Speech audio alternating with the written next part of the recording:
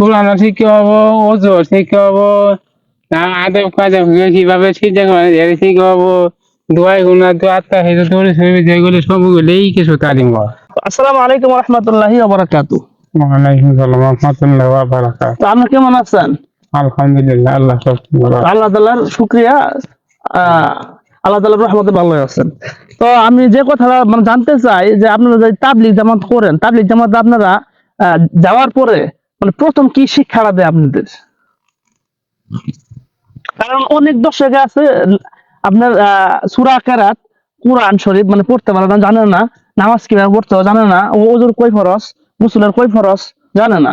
তো এই বিষয়ে আপনি কিছু মানে বলবেন যে তাবলীগে যাওয়ার পরে আপনি প্রথম শিক্ষাটা কি দিয়ে তাদের কাছ থেকে কি শিখতে পারেন?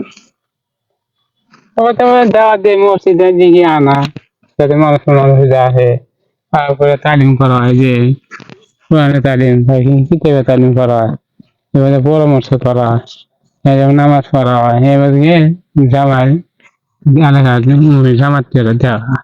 আমি আমি মানে আমি আমি যেটা বলছি, মানুষ জড়া হয়। আমি যেটা বলছি এটা হলো যে ধরুন যে একজন মানুষ তাবলীগে বা জামাতে গেল, তো যাওয়ার পরে আপনার মানে প্রথম কি শিক্ষা দেয়? তার কোরআন শিখায়, নামাজ শিখায়, না ওযুর ফরজ শিখায়? কথাটা বুঝে না হলে কোনটা হবো তাহলে আমি যাবো কথাটা আমি বুঝে না, এটা হলো আমি কোনটা বলতেছি।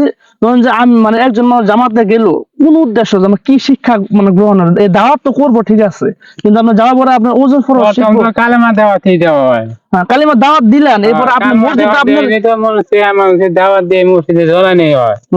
আমি কোনটা বলছি, আপনি মনে হন যে আপনার ফ্যামিলি পরিবার ছাইরা আপনি 3 দিন বা 40 দিনের আপনি গেলেন, তো যাওয়ার পরে আপনার মসজিদে প্রথম আপনি ওখান থেকে যে সময় আসবেন কি শিখে আসবেন?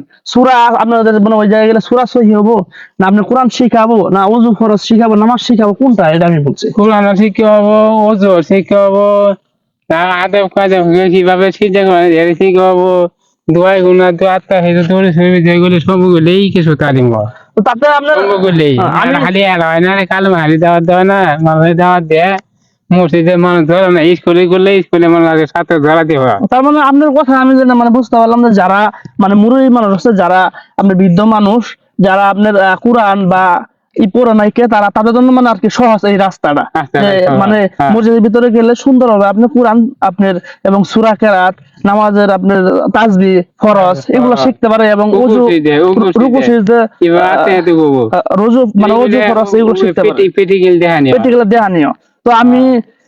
তো আপনারা অবশ্যই ভিডিওটা শেয়ার করবেন, লাইক করবেন, কমেন্ট করবেন।